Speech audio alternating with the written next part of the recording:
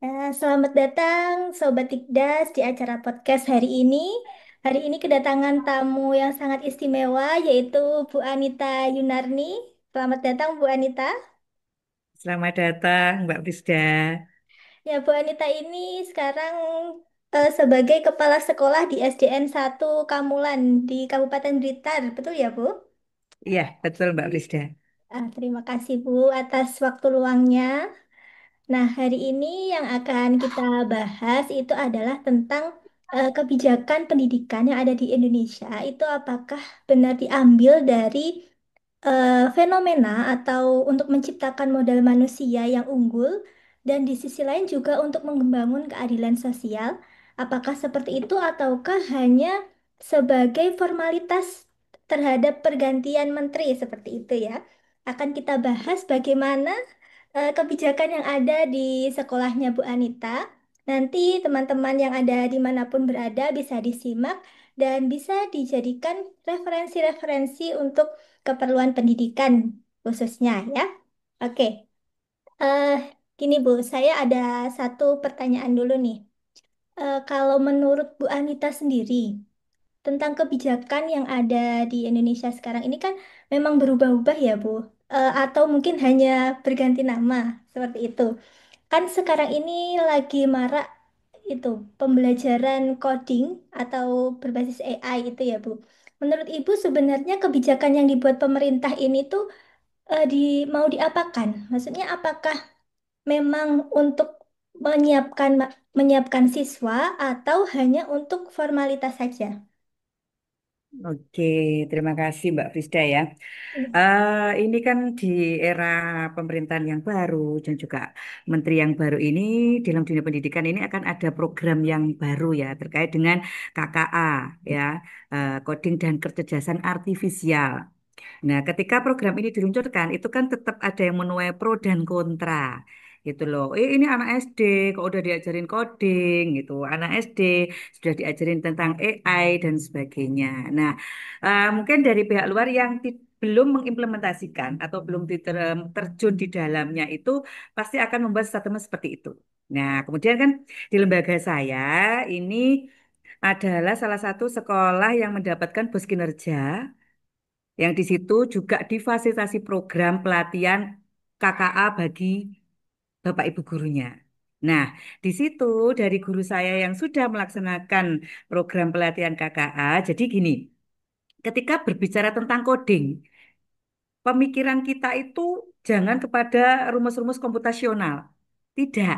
Tetapi coding yang ada di sekolah itu sebenarnya untuk mengajarkan anak-anak itu berpikir komputasional, bernalar kritis. Ini kan sesuai dengan eh, saat ini itu ya salah satu dari tujuan pemerintah penerapan pembelajaran mendalam, juga kemudian untuk mencapai dimensi profil lulusan salah satunya itu kan ada bernalar kritis.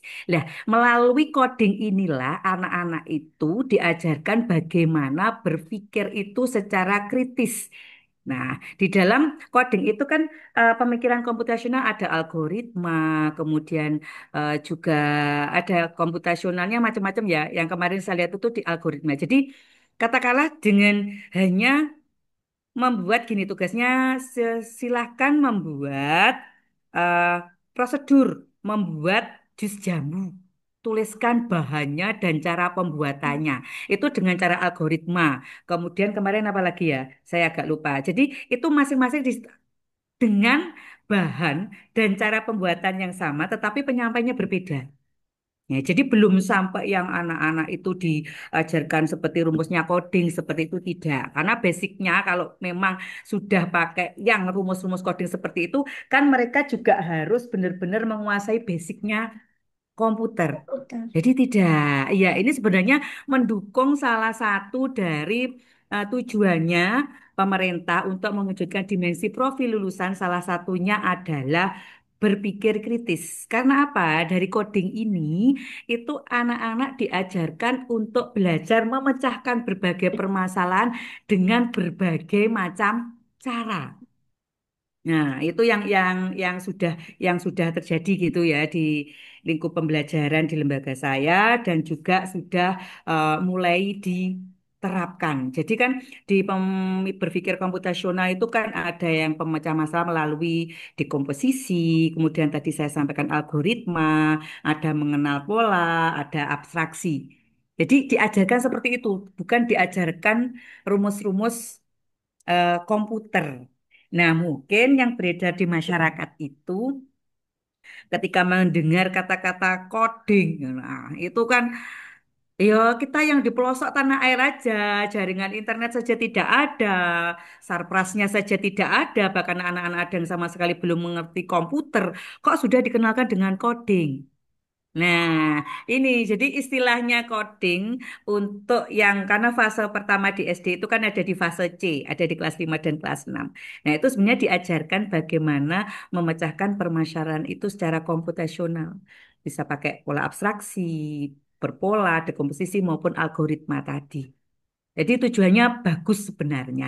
Cuman ini nanti diharapkan bukan hanya sekedar program saja, tetapi nanti ada namanya evaluasi dan dari evaluasi nanti akan ada tindak lanjutnya. Begitu Mbak Frisda. Terima kasih Bu Anita. Berarti itu eh, bukan rumus codingnya ya, tapi kayak bagaimana siswa itu memecahkan masalah dengan komputerialnya. Jadi ada tahap-tahap dan step-stepnya begitu ya Bu Anita. Iya, betul. Seperti tahap-tahapnya ketika komputer itu memecahkan rumusnya coding. Masalah. Nah, Ya, tapi ini dalam bentuk berpikir memecahkan permasalahan. Ngoten.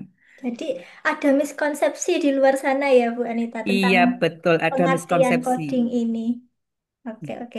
Nah, kalau menurut Bu Anita nih, di sini kan Bu Anita tadi menjelaskan bahwa di sekolah Bu Anita itu masih minim kayak jaringan internetnya atau apa itu. Nah, dan di sini kan sekolahnya dapat pendanaan untuk pelatihan. Itu bagaimana Bu Anita memotivasi guru-guru supaya mau kasarnya mau belajar ya Bu, karena ini kan hal baru juga. Jadi bagaimana antara siswa dan guru ini sama-sama mau belajar dilihat dari Bu Anita ini sebagai kepala sekolah. Apakah Bu Anita memberi contoh atau memberikan suatu kebijakan atau aturan seperti itu?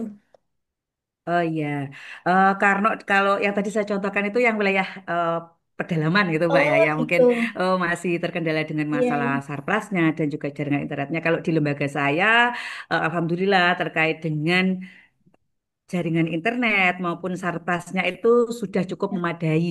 Ya, juga cukup memadai baik itu sarprasnya dalam arti jaringan internet itu sudah mencakup semua kelas, kemudian terkait dengan peralatan digitalnya itu komputernya itu juga cukup untuk kegiatan pembelajaran Bapak Ibu guru, LCD-nya itu per kelas juga sudah ada.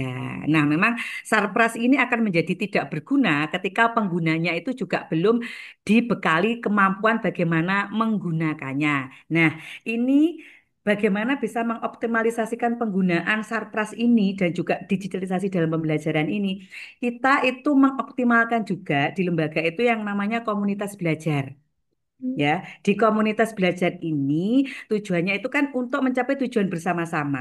Karena itulah di dalamnya itu kegiatannya itu adalah untuk meningkatkan kompetensi salah satunya melalui berbagi praktik baik.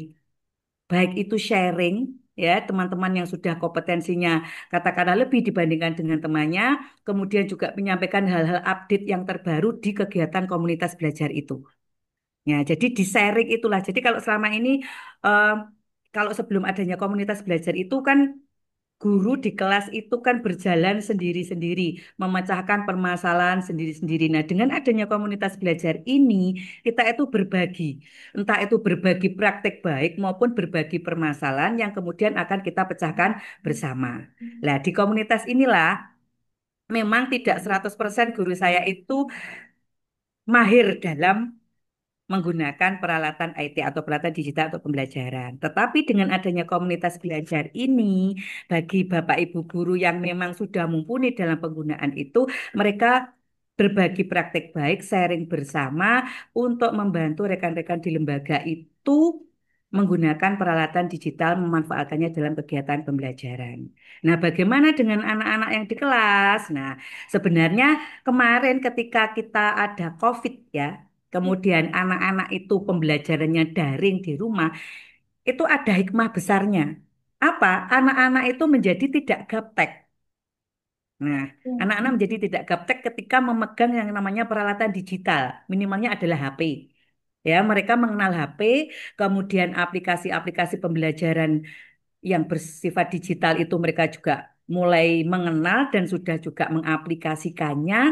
Nah, itu menjadi istilahnya membantu Bapak Ibu guru juga ketika melakukan pembelajaran berbasis digital yang ada di kelas. Kemudian juga dikenalkan hal-hal yang baru terkait dengan digital-digital yang ada di dalam dunia pendidikan. Itu ketika Bapak Ibu guru, katakanlah kalau yang di kelas atas Mbak ya, kelas 4, 5, 6, itu kegiatan evaluasi belajarnya itu sudah sering menggunakan GFORM. Oke. Nah, Ya. kemudian nanti untuk juga agar anak-anak itu semangat untuk belajar, itu pakai Quizzes, pakai Kahoot dan sebagainya itu untuk Bapak Ibu guru yang di kelas atas sudah mulai digunakan untuk pembelajaran yang ada di kelas. Selain itu, komunikasi dengan anak-anak di luar jam pelajaran pun itu juga Bapak Ibu guru menggunakannya meskipun saluran yang sederhana melalui WA. Itu anak-anak sudah terbiasa. Itu Mbak Frisda. Berarti dari sekolah sendiri seperti kayak mewajibkan gitu ya, Bu. Setidaknya ada yang dikaitkan dengan teknologi seperti itu untuk membiasakan anak-anak. Sebenarnya bukan karena mewajibkan. Gini, kita itu pembelajaran bisa berjalan itu kan kita ngambilnya itu dari kontekstual, apa yang ada di lingkungan sekitar anak-anak. Nah, Iya. sekarang anak-anak itu kan sudah terbiasa setiap hari itu berhubungan dengan teknologi. Nah, apa yang sudah anak-anak lakukan dengan penerapan teknologinya dia dalam kehidupan sehari-hari itu kan eman-eman kalau sayang kalau tidak juga kita tindak lanjuti dalam kegiatan pembelajaran yang ada di kelas. Ya, seperti anak-anak saat ini ya, ibaratnya sudah mengenal berbagai platform digital. Gitu kan ya, entah itu AI atau edit-edit gambar dan sebagainya, itu dimanfaatkan oleh Bapak Ibu guru. Bagaimana memanfaatkan anak-anak, yuk kita punya tema ini, yuk buat poster, poster cinta lingkungan seperti apa. Ternyata anak-anak sudah mahir. Gurunya sebenarnya ngajarinya sedikit, mungkin hanya beberapa orang saja. Cuma Nah, memantik mereka, gitu mereka ya, Bu. iya, heeh.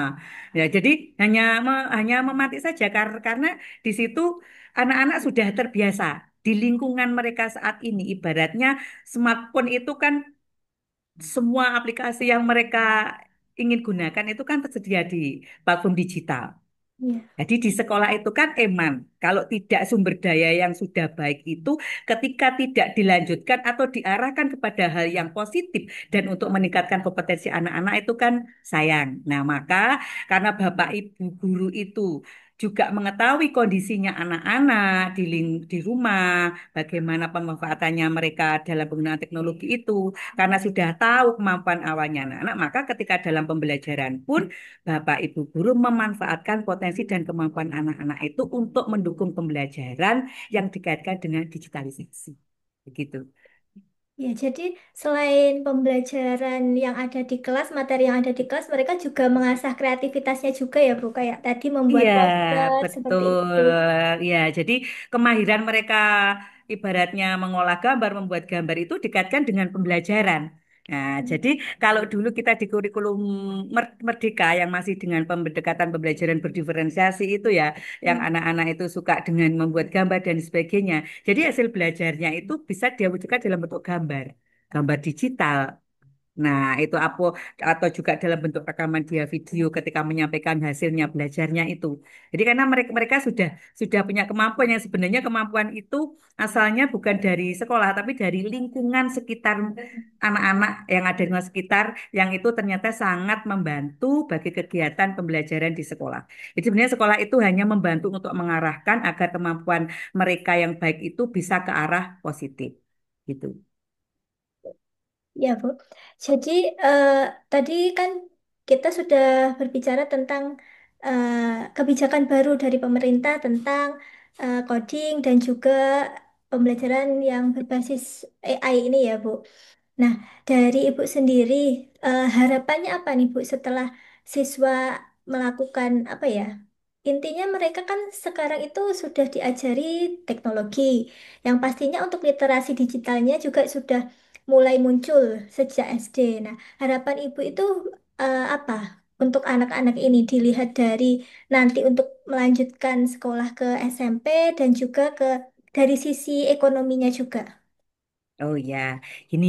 Jadi kita harus memahami bersama literasi digital itu punya 4 pilar. Ya, jadi 4 pilar itu harus kokoh bersama. Yang pertama adalah kemampuan digital, ada etika digital, ada budaya digital, dan kemudian ada namanya keamanan digital. Nah, saat ini yang nampak di anak-anak itu kan hanya kemampuan digitalnya. Nah, bagaimana lembaga atau sekolah ini mampu untuk anak-anak itu bisa mengenal namanya etika digital, ya. Kemudian bagaimana mengenal namanya keamanan digital. Kemudian juga saat ini sudah mengenal namanya budaya digital. Jadi literasi digital itu akan benar-benar bermanfaat bagi anak-anak jika 4 pilarnya ini benar-benar ada pada diri anak-anak. Nah, karena nyuwun sewu, mohon maaf saja, saat ini kan seakan-akan dari 4 pilar literasi digital ini yang sering ditonjolkan atau dinampakkan itu kan hanya kemampuan digitalnya saja. Iya. Nah, Hmm. jarang kok yang mengenalkan gimana etika Iya. berdigitalisasi, bagaimana keamanan dalam berdigitalisasi, dan bagaimana kita menciptakan budaya digitalisasi. Karena apa? Anak-anak saat ini itu kan hidup di dua dunia, dunia maya dan dunia nyata. Tetapi Iya. dua-duanya tetap harus mengenal yang namanya etika. Bukan berarti di dunia maya itu tanpa etika. Nah, karena itulah di sini kalau dulu di apa tahun ajaran yang sebelumnya kita masih penerapan kurikulum Merdeka yang lama itu kita kan penguatannya melalui profil pelajar Pancasila. Hmm. Nah, itu juga harus kita kuatkan sehingga ketika anak-anak punya kemampuan dalam menggunakan digital, mereka tetap punya etikanya. Nah, begitu juga sekarang dengan aturan yang terbaru, masih dengan kurikulum merdeka, tetapi dengan pendekatan pembelajaran yang namanya pembelajaran mendalam. Nah, di situ juga tetap ada penguatan karakter melalui 8 dimensi profil lulusan. Yang salah satunya tetap yang nomor satu itu beriman dan bertakwa kepada Tuhan Yang Maha Esa. Jadi karakternya tetap dikuatkan di situ. Karena tujuannya apa? Kalau di lembaga saya, sesuai dengan slogannya lembaga saya itu kan Skasa Berkah. Berarti SDN Kamulan satu berilmu dan berakhlakul karimah. Nah, jadi ibaratnya gini, mau tidak mau, ilmu itu masih di bawahnya adab. Jadi gitu. Jadi kita juga menguatkan ya kemampuan akademiknya anak-anak ya dengan kita update terkait dengan perkembangan dunia pendidikan maupun teknologi, tetapi kita tidak meninggalkan karakter, penguatan karakter kepada anak-anak. Ya, kan sesuai dengan filosofinya Ki Hajar Dewantara. Didiklah anak sesuai dengan kodrat Hmm. alam dan kodrat zaman. Kodrat alamnya adalah sesuai dengan kemampuan mereka. Mereka punya bakat minat yang harus kita dampingi dan kita kembangkan. Sedangkan yang dinamakan dengan kodrat zamannya kan sekarang sudah zamannya digital. Nah, kita juga tetap harus mendampingi mereka agar mereka tetap juga bisa adaptif dengan perkembangan zaman. Gitu, Mbak. Nah, tadi kan Bu Anita juga membahas tentang etika ya. Etika, terus juga membahas tentang P5, terus akhlakul karimah, seperti itu. Nah, ini kan untuk tema hari ini kan untuk kebijakan pemerintah itu tidak hanya diambil dari kacamata ekonomi, tetapi juga tentang kacamata keadilan. Nah, kalau dulu itu eh, yang sejauh yang saya tahu ya Bu, itu katanya P5 itu kan sekarang diganti atau berubah nama gitu ya Bu. Kalau sekarang itu apa Bu yang membawa siswa ke arah keadilan sosialnya? Jadi apakah di sana seperti mungkin itu kalau dulu itu yang saya tahu untuk masuk SD itu kan dulu pernah ada kayak tes gitu ya Bu. Nah tapi sekarang itu ada kayak zonasi. Apakah itu termasuk dalam eh, kebijakan untuk keadilan sosial bagi anak-anak, ataukah di SD Ibu ada kebijakan yang lain yang mengarah tentang keadilan sosial? Oh iya, terkait tadi kalau Mbak Frisda membahasnya terkait dengan zonasi ya. Iya. Kalau zonasi di wilayah lembaga saya, karena wilayahnya itu masih wilayah pedesaan ya, zonasi itu tidak terlalu berdampak yang signifikan. ya. Tetapi dengan adanya zonasi sebenarnya itu juga punya nilai plus untuk lembaga. Karena apa? Yang pertama ya, kalau untuk siswanya kan mudah untuk mobilitasnya. Ya, Ya, istilahnya kan dekat dekat rumah dengan ya, Bu. lembaga. Iya, Iya, betul. Kemudian sebenarnya juga itu juga memudahkan bagi lembaga itu untuk mengenal karakteristik dari siswanya. Kan berada dalam satu lingkungan. satu Baik lingkungan. karakteristik ya karakteristik sosial, budayanya, baik siswanya maupun wali muridnya. Kenapa itu mempermudah bagi lembaga? Karena apa? Untuk pengenalan karakteristik siswa, sosial budaya, karakteristik orang tua, itu sangat dibutuhkan lembaga yang nantinya akan dimasukkan ke dalam kurikulum yang ada di lembaga. Di kurikulum satuan pendidikan itu ada namanya analisis karakteristik baik siswa, ya, lingkungan sosial budaya maupun orang tua. Karena apa? Dari hasil analisis karakteristik itu nanti akan juga menjadi dasar pengembangan kurikulum yang ada di sekolah. Nah, kalau memang sebelum tidak ada zonasi, itu kan dari berbagai macam daerah, katakanlah ya, yang jauh dan sebagainya, yang dimungkinkan karakteristiknya sosial budayanya kan berbeda. Sehingga Berbeda. ketika nanti dimasukkan ya dalam kurikulum itu untuk sekolah itu bisa memberikan, memfasilitasi, itu kan mungkin akan menjadi beragam. Nah, ketika ini dengan adanya zonasi, itu juga memudahkan sekolah. Nah, ketika memasukkan dari ya karakteristik sosial budaya yang ada di lingkungan terdekat lingkungan sekitar itu juga akan mudah karena akan lebih banyak ditemukan kesamaan daripada perbedaan. Perbedaannya. Nggih. Terus kalau ditanyakan apakah dengan zonasi itu termasuk bentuk keadilan atau tidak, itu sudut pandangnya kan berbeda-beda. Kalau kami dari sudut pandang lembaga, itu sebenarnya juga memudahkan anak-anak, itu Ya, karena siswa SD ya, karena dengan tempat yang dekat, kemudian juga itu juga memudahkan sekolah untuk mengenal karakteristik, juga sekaligus memberikan keuntungan bagi lembaga itu untuk menjadi bagian dari masyarakat tersebut, karena merasa dimiliki, karena sekolah itu merasa dimiliki oleh warga setempat, warga. karena kan yang ada di dalamnya itu adalah para anak-anak milik warga Betul. setempat. Itu kalau dari sudut pandang lembaga. Begitu Mbak Frisda. Oke, Bu.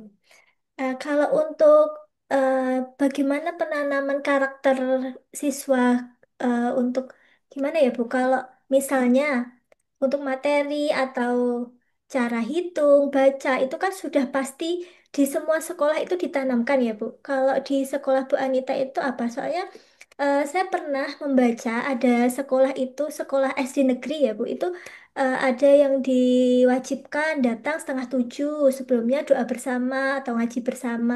Kalau di sekolah Ibu apa yang menjadi pembeda sekolah Ibu dan sekolah yang lainnya?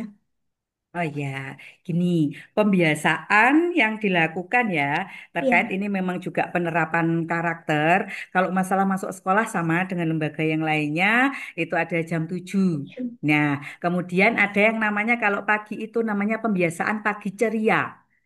Seperti kegiatan apel pagi, Ya, kalau sekarang kita awali ada senam anak Indonesia hebat itu, ya. kemudian dilanjutkan apel hormat kepada bendera merah putih, wajib setiap hari untuk menyanyikan lagu kebangsaan Indonesia Raya, kemudian nanti dilanjutkan untuk menyanyikan lagu wajib nasional.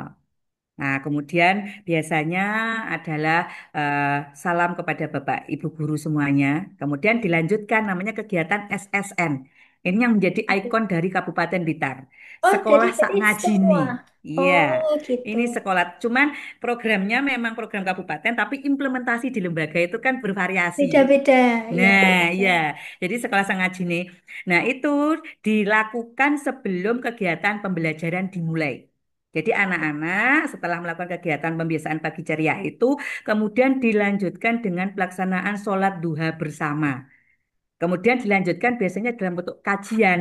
Apakah itu nanti adalah em, membaca ayat-ayat suci Al-Quran atau penyampaian biasanya terkait dengan fikih oleh yang disampaikan oleh pembina dari SSN. Itu. Jadi baru kurang lebih di strukturnya kurikulum yang ada itu ada pembagian waktu untuk kegiatan SSN itu adalah 60 menit. Jadi Oh, ya kegiatan ya. 60 menit sebelum Satu kegiatan hari. pembelajaran. Iya, Hmm. itu 60 menit. Nah, itu yang kita lakukan. Jadi penguatannya kalau keagamaannya itu memang kita lakukan salah satunya upayanya melalui kegiatan SSN itu. Kalau dalam penguatan karakternya, nah kalau dulu kita pakai yang namanya profil pelajar Pancasila, kalau sekarang kan sudah pakai 8 dimensi profil lulusan. Nah, penerapannya itu bagaimana? Bukan berarti penerapannya itu kok kegiatannya sendiri tidak. Karena di perencanaan pembelajaran itu wajib mencantumkan dari 8 dimensi profil lulusan itu mana yang mau diterapkan dalam kegiatan pembelajaran yang terancang di modul ajar atau rencana pelaksanaan pembelajaran itu. Jadi nanti tahu targetnya. Nah, ini untuk mengurai miskonsepsi yang sebelumnya ya Mbak Fris. Iya, Ya, ini ngomongkan P5 ya. iya, Kalau dulu kan P5, sekarang kan iya. diganti dengan kegiatan kokurikuler yang terintegrasi dengan lintas disiplin ilmu, dengan gerakan 7 kebiasaan Indonesia hebat atau 8 dimensi profil lulusan. Kalau P5 itu bukan berarti karakter itu hanya lewat P5. Itu tidak. Tetapi sama dengan saya dilakukan di rencana pelaksanaan pembelajaran itu juga harus ada profil pelajar Pancasila apa yang mau dikuatkan. Jadi di situ. Terus dalam penerapan P5 itu yang menjadi miskonsepsi ya, itu gini. Jadi pelaksanaan P5 itu tujuannya ketika ada proyek gitu ya. Saya contohkan misalkan proyeknya itu ngambil tema gaya hidup berkelanjutan. Ya, Gitu-gitu ya, gaya hidup berkelanjutan. Terus di situ ngambil programnya adalah mungkin pemanfaatan sampah yang ada di sekitar. Jadi fokusnya kalau di P5 itu bukan berhasil atau tidaknya program itu. Misalkan anak-anak itu programnya adalah bagaimana anak-anak mendaur ulang sampah atau memanfaatkan sampah yang ada di lingkungannya untuk ya. menjadi barang entah itu menerapkan 3R ya, reuse, recycle atau re apa pengurangan penggunaan itu ya. Itu bukan dari itunya saja tapi dari program itu tadi ya, dari program eh, ibaratnya apa tadi pengurangan penggunaan sampah itu. Profil pelajar Pancasila mana yang mau dikuatkan? Oh, mau menguatkan ya keimanan dan ketawaannya, mau menguatkan nalar kritisnya. Itu ada. Jadi programnya itu bukan untuk mengejar anak-anak berhasil membuat produk apa, tidak. Hmm. Tetapi karakter apa yang Yang dilewatkan program kegiatan tonjolkan itu yang gitu. nanti akan berhasil. Jadi biar tidak menjadi miskonsepsi sama halnya dengan saat ini yang ke P5-nya itu sebenarnya juga sama tujuannya P5 dengan saat ini yang namanya Silakan. kegiatan kokurikuler melalui lintas disiplin ilmu, melalui juga penerapan G7 KIH ya, Gerakan 7 Kebiasaan Anak Indonesia Hebat, juga melalui penerapan 8 dimensi profil lulusan itu sama. Bukan inti utamanya bukan kegiatannya, tetapi karakter apa dari dimensi profil lulusan itu yang mau dikuatkan melalui kegiatan kokurikuler itu biar nggak jadi miskonsepsi. Oh, kegiatannya ini berhasil, berarti ini P5-nya berhasil. Enggak, Berhasil. bukan di situ. Tapi karakter apa dari tujuan awal tadi yang benar-benar nanti bisa terbentuk. Dan nanti nggak jadi miskonsepsi. Jadi tujuannya kalau dulu itu kita lewat profil pelajar Pancasila. Kalau sekarang itu adalah melalui dimensi profil lulusan. Itu Silakan. pencapaiannya penguatan karakternya itu. Kalau dulu P5 itu bukan hanya dari P5, tetapi juga dari kegiatan pembelajaran sama Belajar halnya sekarang sehari-hari ya. gitu ya, Bu. Iya, sekarang sama halnya 8 dimensi profil lulusan itu tidak hanya dicapai dari kegiatan kokurikuler saja, tetapi juga dari kegiatan intrakurikuler yaitu pembelajaran di dalam kelas. Karena di perencanaan pembelajarannya itu wajib untuk Ya. mencantumkan ya, karakter apa yang mau dikembangkan, yang mau dikuatkan dalam kegiatan pembelajaran. Gitu, Mbak. Jadi untuk siswa itu setelah diberi itu pasti ada perbedaan ya, Bu. Bagaimana kedisiplinannya, Ya, datang gitu. tepat waktu, seperti itu ya, Bu. Jadi Ya, eh, menarik sekali yang kita bahas hari ini ya, Bu. Tapi karena kita terbatas oleh waktu ya, Bu, pastinya. iya, Mungkin Mbak. lain kali kita akan berbincang-bincang lagi. Jadi yang bisa saya simpulkan dari pembicaraan kita hari ini bahwa sebenarnya kebijakan dari atas itu seperti ini, misalnya coding, terus pakai AI. Nah, mungkin dari beberapa orang itu mengartikannya terlalu jauh gitu ya, Bu.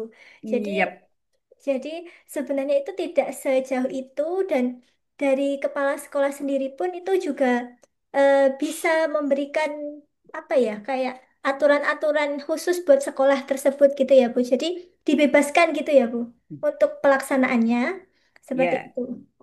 ya, untuk pelaksanaannya tetap harus berpedoman, ya, Iya, kan oh tetap gitu. ada pedomannya, tetapi Ya, dalam arti eksekusinya diberi keleluasaan untuk berekspresi. Gitu oke. bagaimana mengembangkan baik itu pembelajaran maupun kegiatan berbasis proyek karena saat ini yang banyak disarankan adalah kegiatan itu banyak berbasis proyek. Oke. Gitu ya, ya, apalagi di pembelajaran mendalam ini kan anak-anak tidak hanya memahami secara konsep, tapi benar-benar bisa mengaplikasikannya. Karena itu diharapkan banyak kegiatan pembelajaran itu yang berbasis proyek, gitu Mbak. Oke. Yang terakhir, harapan Ibu apa nih? Dari kebijakan pemerintah yang baru, harapan Ibu terhadap siswa-siswa SDN 1 Kamulan khususnya. Apa, Bu? Oh ya, gini Mbak. Sebenarnya baik di rumah maupun di sekolah itu, ya, orang tua itu kan punya harapan besar kepada anak-anaknya. Iya, betul. Anak-anaknya itu sukses, ya, Hmm, sukses dan juga berkarakter. Begitu karakter. juga sekolah itu juga mengharapkan siswanya itu menjadi siswa yang sukses dan juga berkarakter. Tetapi ibaratnya kita itu menanam, entah siapa yang menanam, apakah penanaman karakter itu di sekolah maupun penanaman karakter itu di rumah. Itu kan agar tanaman itu bisa tumbuh, kan harus kita sirami. Nah, ini butuh kolaborasi yang luar biasa ya melalui tiga pilar pendidikan. Siapa? Keluarga, sekolah, dan masyarakat. Misalnya, penanaman itu dimulai dari sekolah. Maka di rumah dan juga di lingkungan itu harus bisa sinkron menyirami, menindaklanjuti sehingga tanaman tadi itu bisa disirami, karakter yang ditanamkan itu bisa tumbuh. Begitu juga sebaliknya, ketika penanaman itu ada dari rumah, maka sekolah dan masyarakat juga harus mendukungnya, mendukung karakter yang sudah baik itu untuk dikembangkan di sekolah dan di masyarakat. Kan ibaratnya kalau tanaman itu sudah ditanam, jika tidak disiram apakah bisa tumbuh? Nah, Iya, begitu juga dengan karakter. Ketika iya. karakter itu sudah ditanamkan dimanapun itu, baik di rumah, di sekolah maupun di masyarakat, itu tetap harus disiram agar nanti benar-benar karakter itu bisa tumbuh. Nah, itu melalui kolaborasi yang luar biasa dari tiga pilar pendidikan keluarga, sekolah, dan masyarakat. Jadi sebagus apapun program itu, jika tidak ada sinkronisasi dan kolaborasi dari tiga pilar ini nanti, maka apa yang diharapkan itu akan sekedar menjadi harapan saja tanpa bisa menjadi kenyataan. Itu, Mbak. Terima kasih Bu Anita. Jadi intinya dari Bu Anita dari sekolah sudah menanamkan. Jadi tinggal bagaimana dari masyarakat, keluarganya menyirami atau membiasakan kebiasaan-kebiasaan Yap, baik itu. betul. Oke, terima Iya. kasih Bu Anita atas waktunya dan ilmu yang diberikan hari Iya, ini. sama-sama Mbak Semoga Prisda. berkah, Semoga semoga berkah manfaat barokah untuk semuanya, amin. khususnya untuk dunia Amin. pendidikan di Indonesia. Betul, amin, amin, amin ya Rabbal Alamin. Oke, semoga Bu Anita juga siswa-siswanya semakin berkarakter, beriman, bertakwa, dan juga banyak Amin. prestasinya. Amin. Amin, amin, ya Rabbal Terima Alamin. kasih atas Iya. waktunya ya Bu Anita. Sekian Oke. dari saya untuk podcast hari ini. Semoga bermanfaat bagi kita semua, khususnya di dunia pendidikan. Wassalamualaikum warahmatullahi wabarakatuh. Waalaikumsalam warahmatullahi wabarakatuh.